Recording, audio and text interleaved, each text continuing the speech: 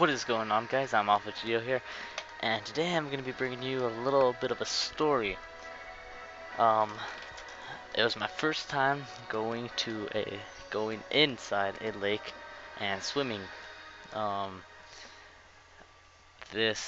we have a lake close to where I live. It's called Lake Casitas, and unfortunately, I don't think they let anybody swim in there due to the fact that they use the water there for all of the they use it for the city too, or the little valley which I live in. So anyways, yeah, my friend Renee, he said, "Oh man, I'm going to the lake Sunday," and he doesn't like the lake, but I'm just like, man, I'll tag along. And so he comes in, he comes to my house at like 8:30, and well, he takes me away to a 1.5 hour drive to this lake. It's called Lake Pyramid, I think, I remember. But unfortunately, it was jammed packed because everybody and their mother had the same idea to go to that lake.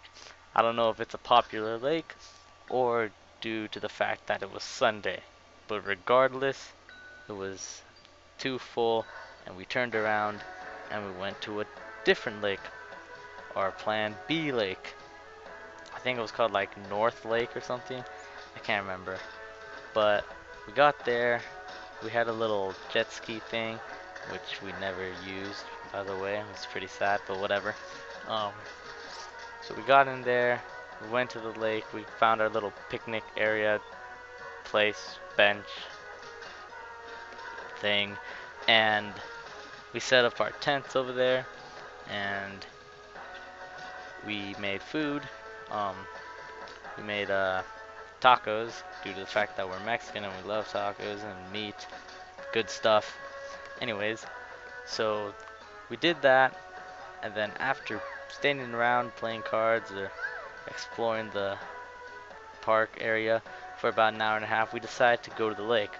So we grab our ice chest and there's our chairs and stuff, and we go down to the lake area. And when I saw the lake area, my mind was blown because because it was so packed. So many people were there in that lake.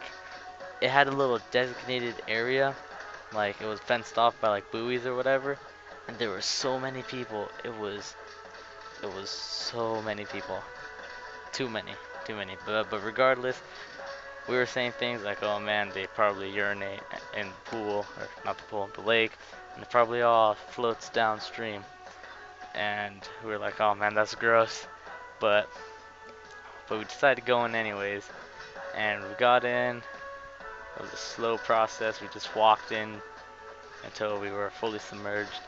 And then I swam out a bit, and then on my way back towards inland, um, my friend Renee was like, "Oh, what's this on the ground?"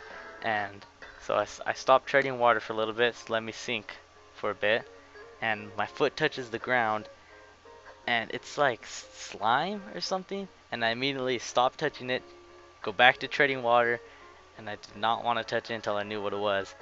And so Renee goes down and he picks a clump of this tar-like substance. I'm assuming it looked a little something like this. There's a picture if I put it up. And well, it was weird. Like we started messing around with it too. We were like putting like tar tattoos on our bodies, which is probably not smart because we had no idea what it was, and we were just putting random chemicals or substances on our bodies. And then we heard the lifeguard came over because we accumulated like 10-pound ball. We were throwing it around, and it felt like a medicine ball because the inertia just took you with it when you pass it through. But the guy's like, the lifeguard comes over. He's like, yeah, that's probably like oil or tar, and it'll probably give you cancer.